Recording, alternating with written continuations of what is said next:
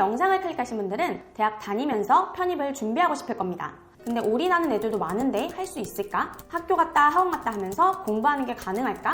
하기도 전에 고민이 많을 거예요. 오늘은 이런 분들을 위해 무유학 편입하는 방법과 꿀팁을 알려드릴 겁니다. 그냥 시작하면 시간만 날릴 수 있으니 집중해서 시청해주세요.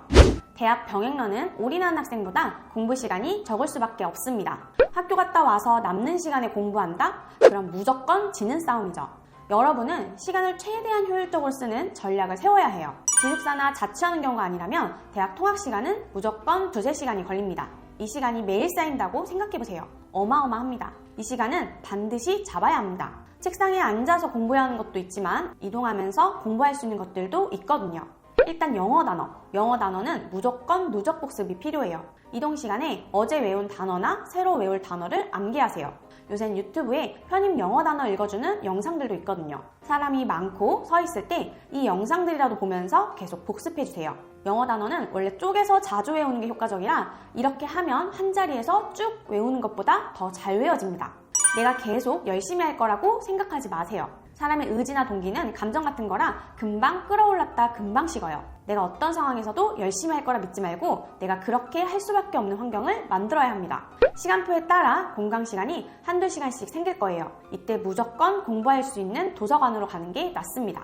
카페에서 공부가 잘 된다는 분들도 있을 거예요. 근데 대학 근처 카페는 사람이 많고 조용히 집중해서 공부하기 어려운 환경이라 지속하기 어려워요. 그러니 공강 시간엔 안정적으로 집중할 수 있는 대학교 도서관에 가세요. 빈 강의실도 있지만 공강 시간마다 여기저기 찾아다니는 것보다 도서관에서 하는 습관을 들이는 게 더 나아요. 다만 시험 기간에는 사람이 많아지니 스터디 카페나 독서실을 이용하는 게 좋습니다. 대학을 다니면서 진도를 나가면 올인하는 학생보다 진도가 느릴 수 있어요.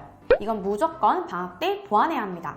학원이나 인강도 방학 때 학생들을 위한 특강도 많이 해요. 진도가 느린 학생들은 진도를 집중적으로 끝내고 취약 영역이 있는 학생들은 그 부분을 깊게 파고들어 해결하세요. 이때 순공 시간을 늘리는 것도 정말 중요합니다. 공부에 절대량이 부족하면 어떤 방법을 써도 극복을 못하는 지점이 와요. 방학 때 놀러도 가고 널널하게 공부도 하고 싶겠지만 그 시간에 내가 뭘 얼마나 하느냐에 따라 합격, 불합격, 대학 레벨이 결정된다는 것을 기억하세요. 대학 병행러는 효율 높은 공부 방법을 찾아야 합니다. 그저 다른 사람들이 추천하는 방법을 따라하는 게 아니라 내가 뭐가 부족한지 그걸 가장 잘 해결해줄 방법이 뭔지 잘 생각해야 해요. 공부 방법을 비교해 드릴 테니 나에게 맞는 방법이 뭘지 비교해 보세요. 먼저 학원은 정해진 시간에 수업을 들어야 해서 강제성이 있다는 장점이 있죠. 그 시간은 무조건 그 수업을 들어야 하니까요. 그리고 모르는 게 있으면 강사나 조교에게 직접 질문할 수도 있습니다. 편입은 범위가 광대해서 공부하면서 모르는 게 정말 많이 나오거든요. 이걸 바로바로 묻고 해결하는 게 좋습니다. 근데 학원 통학 시간이 1시간 반이 넘는다면 추천하지 않아요. 학교 통학 시간도 있는데 학원 통학 시간까지 그렇게 걸리면 절대적인 공부량이 너무 부족해요. 이게 시간도 시간인데 체력도 엄청 쓰는 거라 중도 포기한 사람이 정말 많습니다. 다음은 인강. 인강은 시간 비용적 효율이 아주 높죠. 베이스만 있다면 이게 가장 좋아요. 진도도 빨리 나갈 수 있고 필요 부분만 골라서 들을 수도 있거든요. 정해진 시간이 없다 보니 학교 일정에 맞춰 진도를 조율하며 나에게 맞춰 나갈 수도 있어요. 하지만 공부 습관이 잡혀있지 않고 노베이스라면 힘듭니다. 고등학교 때 인강 한 번씩 들어봤잖아요. 1.5배속, 2배속으로 빨리 들어버리고 정작 문제는 못 푼다거나 주말에 몰아서 듣겠다 하거나 하면서 무너지거든요. 노베이스는 질문이 자유롭지 않아 따라가기가 어려울 수 있어요. 다행히 요즘은 공부 습관이 안 잡혀있는 학생들을 위해 온라인으로 실시간 관리를 도와주는 1:1 과외 프로그램도 있어요. 학원을 따라갈 수 없는 상황이거나 관리가 필요한 학생들이라면 이런 프로그램을 활용하는 것도 추천합니다. 자세한 사항은 아래 링크로 문의 주시면 설명 도와드릴게요. 자, 그럼 이제 합격률 높이는 꿀팁 알려드릴게요.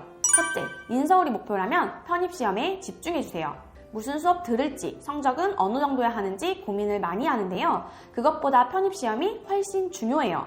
인서울 편입에서 성적의 영향은 위 영상에서 자세히 다루었으니 참고해보시고 대학 성적보다 편입시험 공부를 얼마나 어떻게 할 수 있는지 집중하셔야 합니다. 둘째, 인간관계를 줄이세요.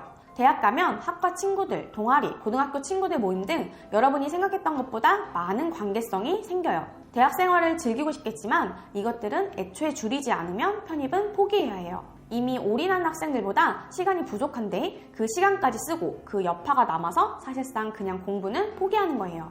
그리고 인간관계는 한번 생기면 유지하는 시간이 훨씬 더 많이 들기 때문에 애초에 줄여두는 게 좋습니다. 셋째, 수강 신청은 쉬운 수업 위주로 하세요. 동일계에 편입할 거라면 전공 수업을 듣는 게 도움이 되지만 비동일계라면 지원 자격 조건 학점만 채워도 되니 쉬운 교양들 위주로 수강하세요.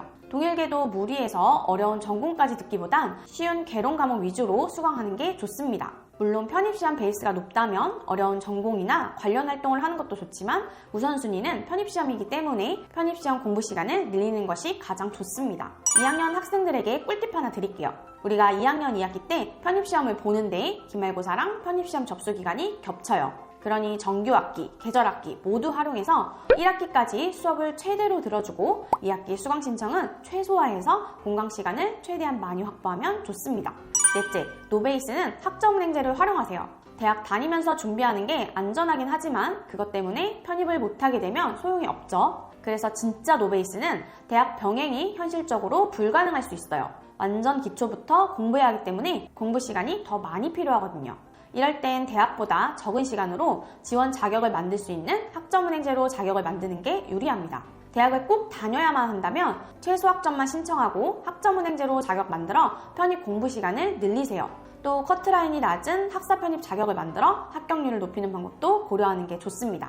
무유학 편입은 목표를 정확히 세우고 반드시 붙는다는 확신을 갖고 준비해야 합니다. 편입 공부는 효율 싸움이에요. 순 공부 시간이 3시간밖에 없어도 효율적으로만 공부할 수 있다면 충분히 합격하실 수 있습니다. 절대로 돌아오지 않을 여러분들의 20대 시간을 알차게 사용하시길 바랄게요. 시청해주셔서 감사합니다.